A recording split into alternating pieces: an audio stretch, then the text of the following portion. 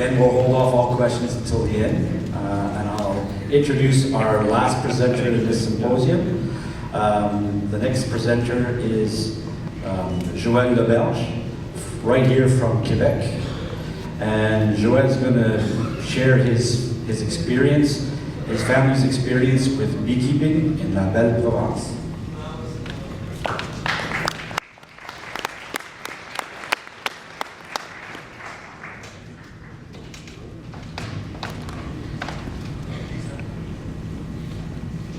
I like to move around with my mic, so I'll try to stay put. People that know me know that I have a hard time staying put. I always have something to say and always very articulate, especially since we're from a French culture, we really move a lot. In the motion of hands, who so far has had our French poutine? Okay, so all the rest, after the meeting, we'll go 2 blocks down. You have to have the French poutine before you go back home in your country. Since we're the capital of French poutine, for sure that you don't miss on that. So on behalf of myself, my company, I would like the Canadian Hunting Council, Apimondia, Fédération des Agriculteurs du Québec, of having me the opportunity to give and share a bit on our business. It's been 59 years that we've been in the business, so it's an honor and privilege for me to be here and just share with you our experience of beekeeping and who we are. And as you will see, I hope that you've passed also a great time while I explain what's happening at our home. Beekeeping in the Belle Province. A lot of the beekeepers you hear are come from Western Ontario, Western from Quebec, so Ontario and the prairies. And here in Quebec, pollination is also very different, similar to Ontario and the Maritimes, but also has its uniqueness. In beekeeping world, here we are, if you go to the next slide, we're going to be I'm pressing on the button. Oh, I have control. That's what I like. So I'll just give you just a summary of what's happening in the province itself, and so that you can know where our business operates here. In Quebec, there in the last statistics, there in 2018, there were about 1,129 beekeepers registered in the province, about 65,000 colonies. And as you can see there, our number of colonies has really raised in the last about 10 years there because of urban beekeeping, which has picked up quite a lot here in Montreal. The amount of beekeepers you'll see in the next slide, it really shows you the geographic beekeepers in the cities that have 1 to 9 hives. Right now you're up almost over 800 beekeepers that have 1 to 10 hives, so that's a lot of beekeepers. That's in all of them. A lot of those people are all new people to the industry, and you have about their commercial beekeepers, which there's about 51 beekeepers in the province that will manage just over 200 hives or more.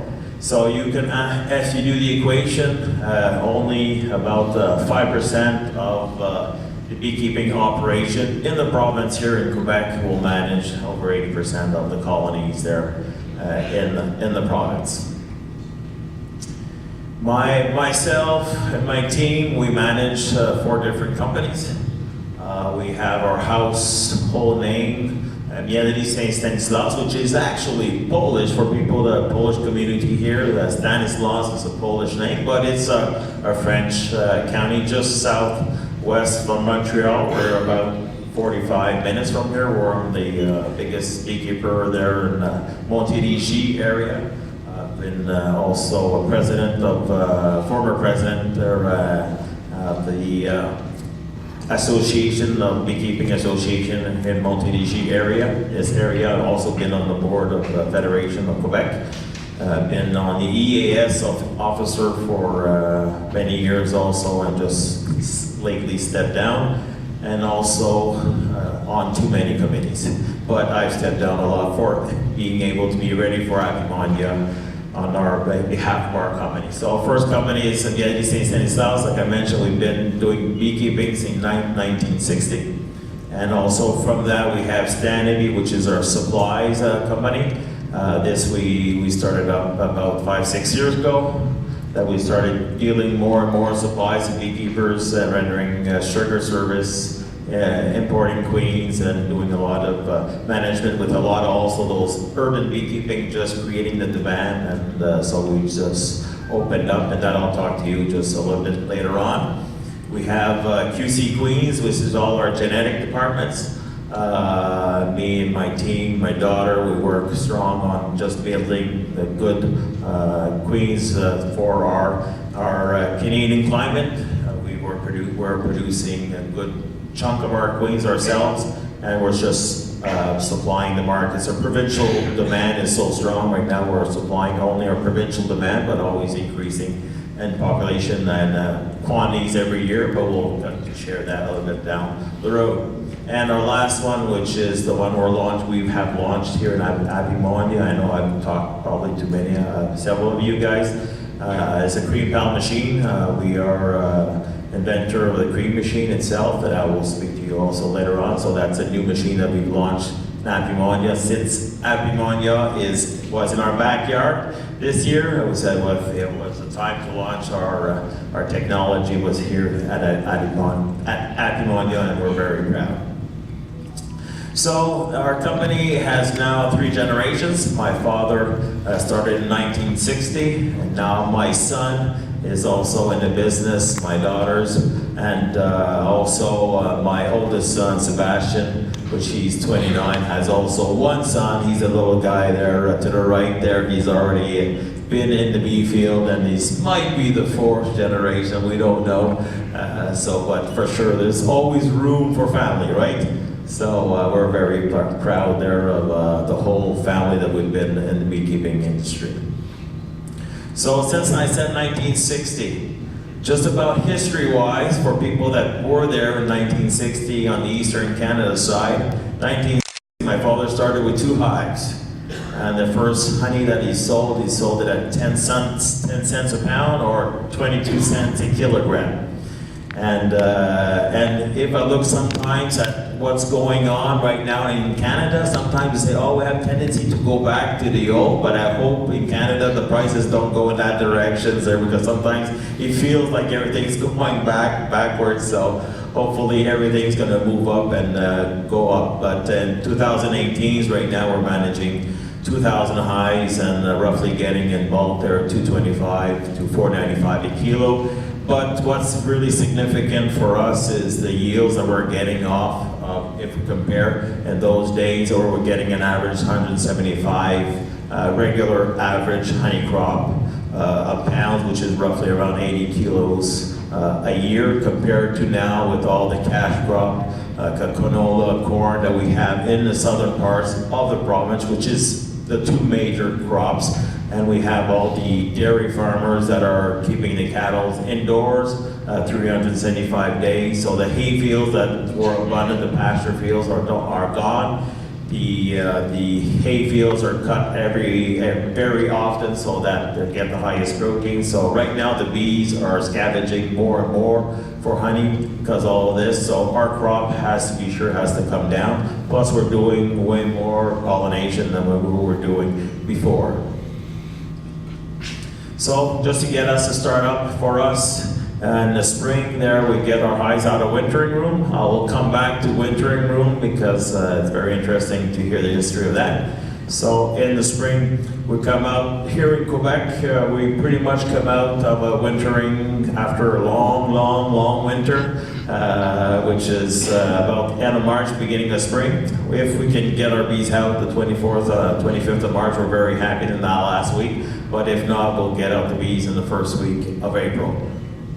And when the hives come out, since we indoor pretty much all indoors, we have a capacity of 1,700 hives, so we end up hibernating about 300-400 outside every year. But normally if we can get everybody inside, we'll get everybody inside, and you'll see after a while. So the hives, when they come out wintering indoors, Our losses with hills they're much more limited. They're less due to winter change. So our temperature, like Brian Nash mentioned there, we're keeping the temperature at a very about 5 degrees Celsius temperature, 40 degrees Fahrenheit all winter. We're slightly going a bit higher, and just because we're putting new system in to recuperate all the heat from the bees to heat all our buildings. So we just did other stuff. I'll talk a bit later on.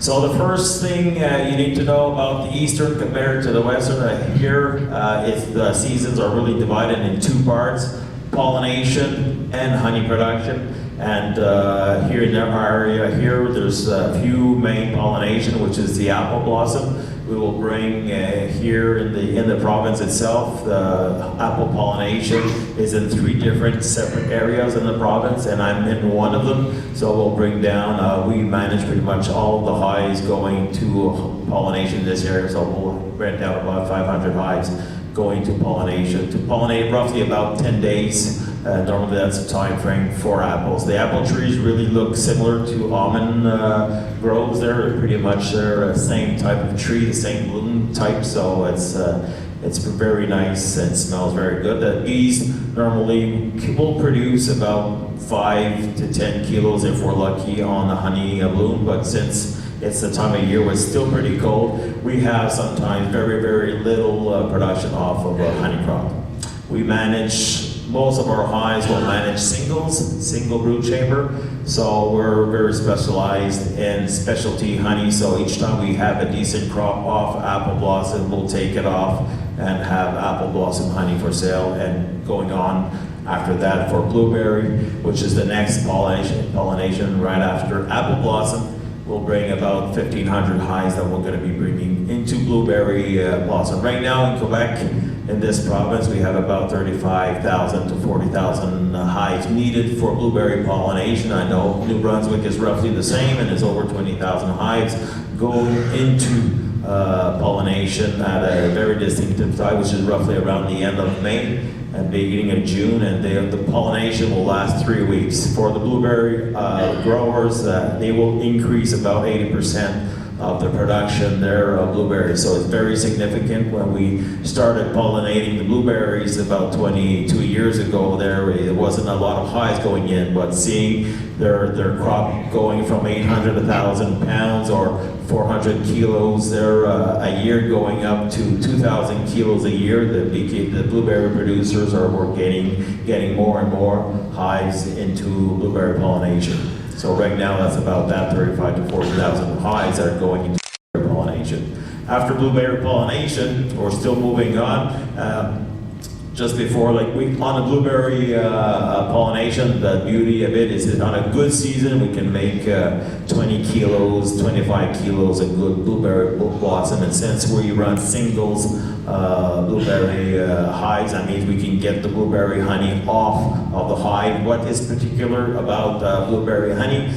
You have about only a 15% moisture right off the flower. In a sense, it goes into the hive, and if you know it's a good quality blueberry, you're probably going to have 15% moisture content there. So it's a very thick honey. The beauty of blueberry honey is great with cheese. Anybody cheese lover, you want to have blueberry honey with it. It's the one that has, like the wine and cheese, it's blueberry that has the most effect with cheese. It's so good, so good.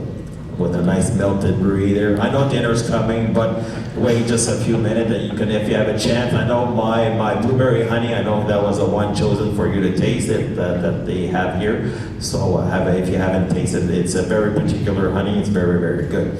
So as you'll see, we all truck our bees in closed truck, but I'll come back to that later on. So one of our other pollination is cranberry fields. Right now, we have stopped doing cranberry pollination this year. It's been since we're going from monoflower to monoflower to monoflower again. We just feel it's a bit too hard on the bees. And the cranberry production, since we're going into that pollination, it has no honey off of that cranberry flower, so it's very hard on the bees. And since there's pesticides that also involved that they have to spray in the bloom. It's just way too hard there on the bees. And what's fine, it's surprising, if you bring your hives into organic pollination, organic cranberry for pollination, well, a lot of beekeepers will lose 30 to 40% of their hives, or they're going to come out in a very weakened state in the organic cranberries, just because of different treatments they're putting in. So that will last also for about 3 weeks there, and that's roughly in the beginning of July. So that's another production that we pollinated before, but right now, this is the first year we decided to stop just to increase more honey production and have better quality hives going on.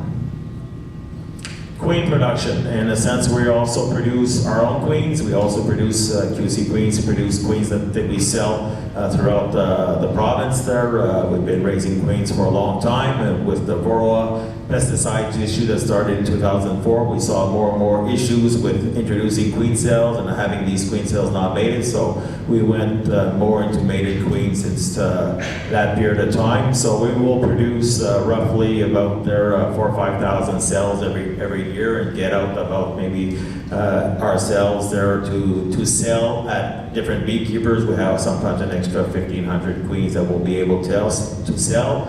Our cells we will change in our hives about 70% of our queens every year, just getting good young queens into our hives to have a very low death rate during the winter time. So good quality queen, good hives, you're going to get good production in every way. So we're doing queen production.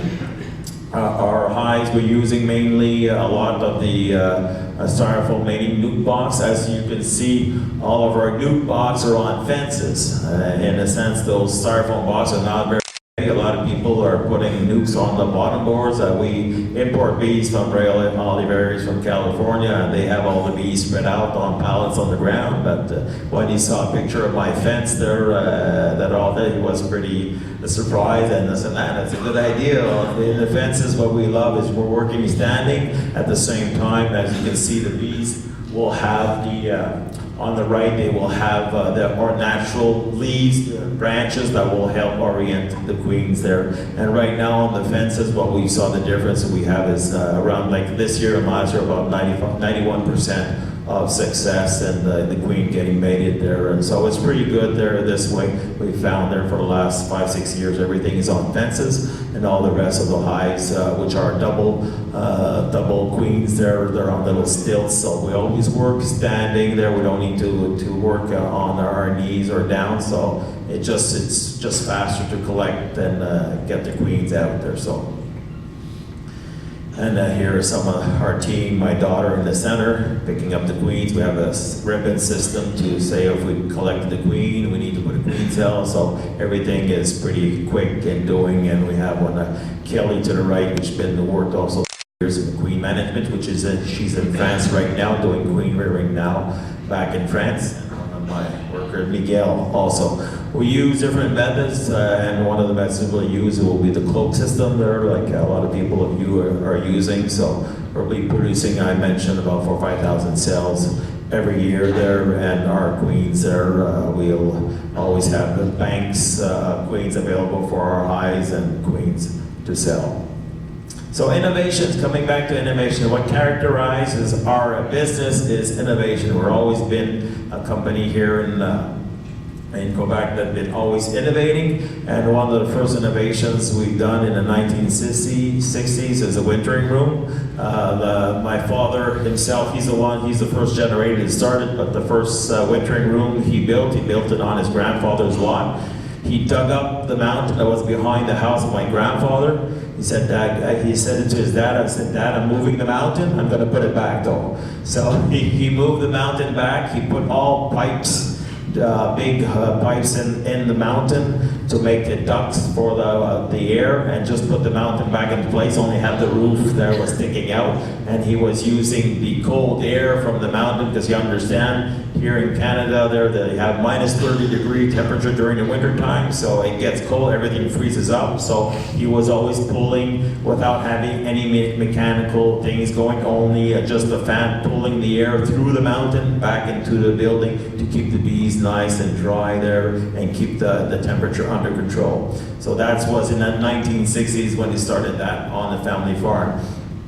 And in the wintering room today, where we have our wintering room in 1982, this was the first wintering room in Canada, fully automated with compressors, thermostat, everything that was automatically controlled. This was the first one that was built here in Canada, and there was just also from the research here in Quebec that helped us out to build it up and get everything arranged. And today, what we like is by overwintering indoors, for sure for us, we feel our losses are a bit less, the highs are better coming out of wintering, but we also put a new system into our wintering room right now, because you have to understand that putting these bees into wintering room, bees will generate about 7 to 10 watts of heat per hive.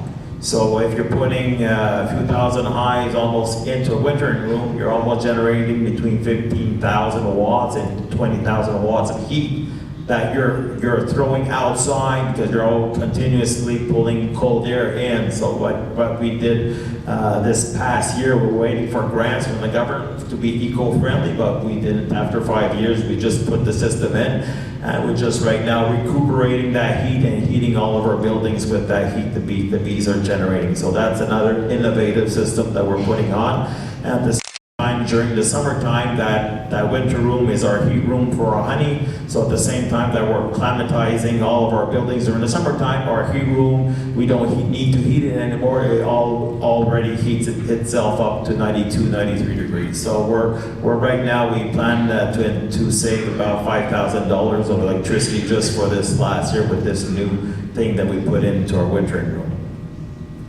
So also one aspect that we've innovated is refrigerated transportation. I know out in the United States, you tried it, some people have very bad things happen, but we've been converted all our flatbeds and all our trucks into refrigerated trucking. For the last 12 years, everything, even my own personal trucks, everything is refrigerated trucks for just the beauty of hauling bees, and everything is quiet.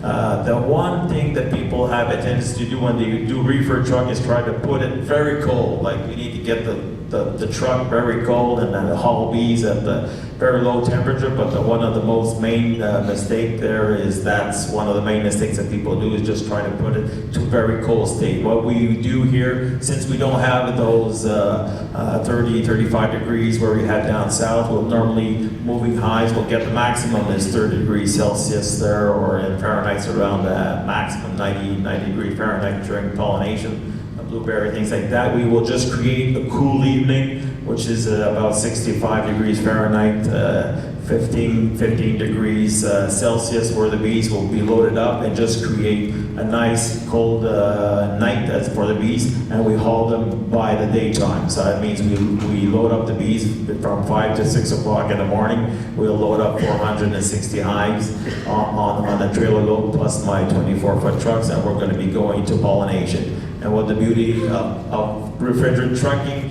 is, you can stop for lunchtime, have a stop an hour to have for lunch, or do anything. You're never under stress. If the truck breaks down, you're never under stress. Everything's always under control. So we've been doing that for 12 years. Since my last conference on refrigerated trucking here in Quebec about 4 or 5 years ago, now we're about 30% of all of our hives going to pollination are done through refrigerated trucking. So that's also nice to see. Also, refrigerated trucking, all our operation now is reefer, so if we're making nukes, splits, anything, our nukes, everything is going into our reefer truck. So during lunchtime, even though I have 100 nukes in my truck, I leave the nukes there, I go have a lunch, the restaurant, go back home, back at the shop, and then go back in the field in the afternoon, make another 100 nukes, and it's at the evening, just go out and drop them down at dawn there, dawn or when the sun comes down anyway. When the sun, and just there, so there's no drifting, and it's just one way that I would never want to go back to what the old flatbeds. The flatbed has certain advantages to other things, but most for us, the reefer trucking has really changed. And just the energy to work only in the daytime, not have to haul bees anymore in the night. So that's one big improvement for us. Also for making all of our cells, our queens and everything, the reefer truck is also a good help, just loading, preparing our boxes there and loading our hives there. going to pollination, going to raiding yards there. So you can see the guys with no veils, just shirts, like the bees are not flying because it's in a cool area. So that's how they always like to do that, to work in a reefer truck. I have Latinos, Mexicans that work for me for the last 8 years. The guys have hauled one load without refrigeration. And the first comment I've heard from the guy said, never again, never again. I don't want to haul any bees if it's not refrigerated. So it's surprising that they see the difference between hauling bees, reefer truck, where everything is quiet with no veil, no nothing, compared to all the fully equipped and getting stung like hell during the nighttime. So. Also, one of our latest innovation is our cream pound machine. This is one that we are most proud. The main issue we know with creaming, with crystals and everything, this is something that we've worked on, started working on 40 years ago, and we're happy that right here in Apimondia we decided to launch a technology.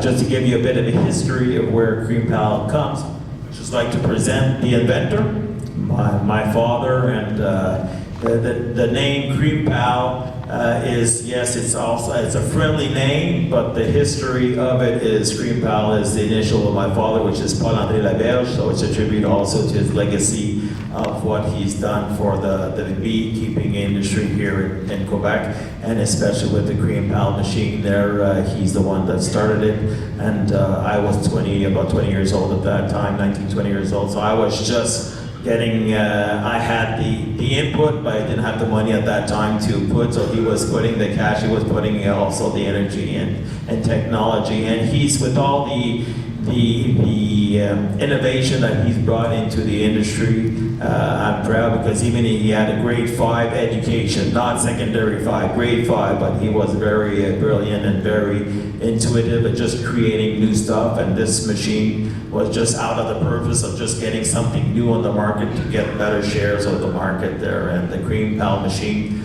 came out.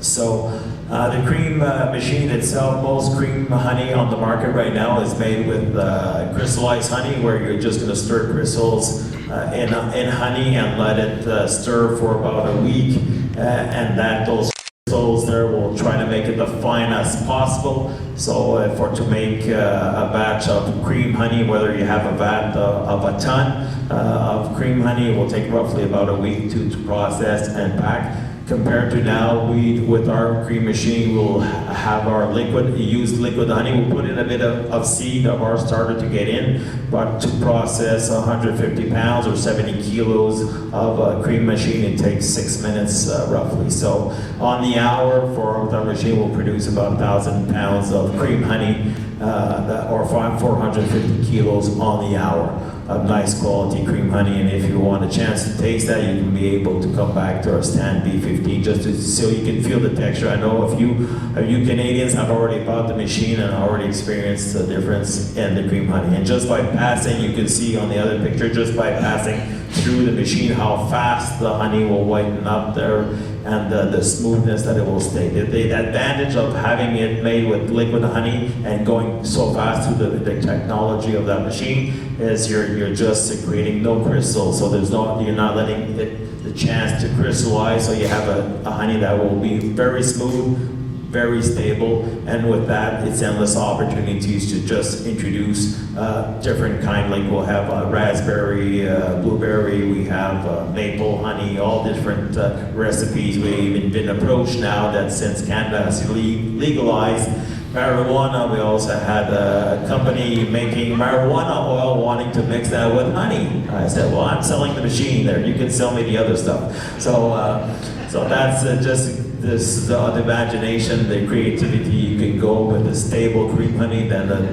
the opportunities are endless. So this is something we're very proud, where it's manufactured here in this area in Montreal. So we're very happy with that. Also, one of our last companies we have is Stanley, which is all, like I mentioned, beekeeping supplies. We ourselves at Stanley, we have one big dynamite partner that I have, which is Jean Jones. She's 5'5", but she can move mountains. There are people that know her across Canada. She's one of a great figure here in the beekeeping world, beekeeping industry, and sales, and especially service. She's doing a great job. She's the one holding the frame there, and believe me, she's very afraid of bees. And she's an excellent partner in the business, selling supplies and everything. And after that, for Stanley, we import mostly our packaged bees from Australia right now. We do sell about 15,000 queens that we import from California, going out also a bit with our packaged fruit from Australia. We also sell all the protein, the feed, the bulk syrup for beekeepers, the supplies. So that's our area of expertise for Stanley. We're a Canadian, Eastern Canada distributor. So that's something that has been going on for the last 5-6 years that is really going great and supplying the demand for the beekeepers here in Quebec and Eastern Canada there.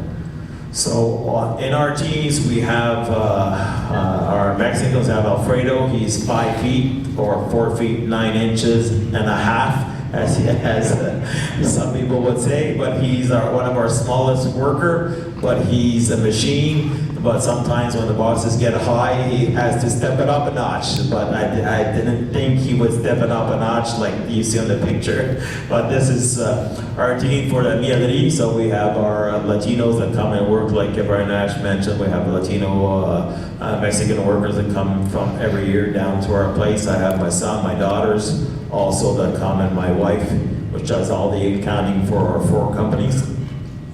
We have the Stanley Bee Company, where I mentioned myself, Jimmy. I have Jimmy, which is our manager at the store, that are doing all the supplies there for Stanley. Cream Pal, I have a whole team of Cream Pal, also my son, technical worker, my sister, my daughter Julie, Melanie, also they're working a lot in Cream Pal department. And Leah, which is the center one, she comes from Ontario, so we still struggling with her, but no, just kidding. But she's doing great. She's the wife of my son there, so she's also working in cream pal industry. So I'd just like, on behalf of the company, have a happy Apimondia, and just a reminder, if you want to, poutine before you go. Thank you very much.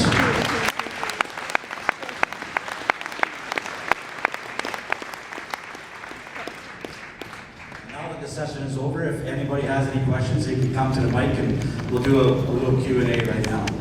If I can have all the presenters back up.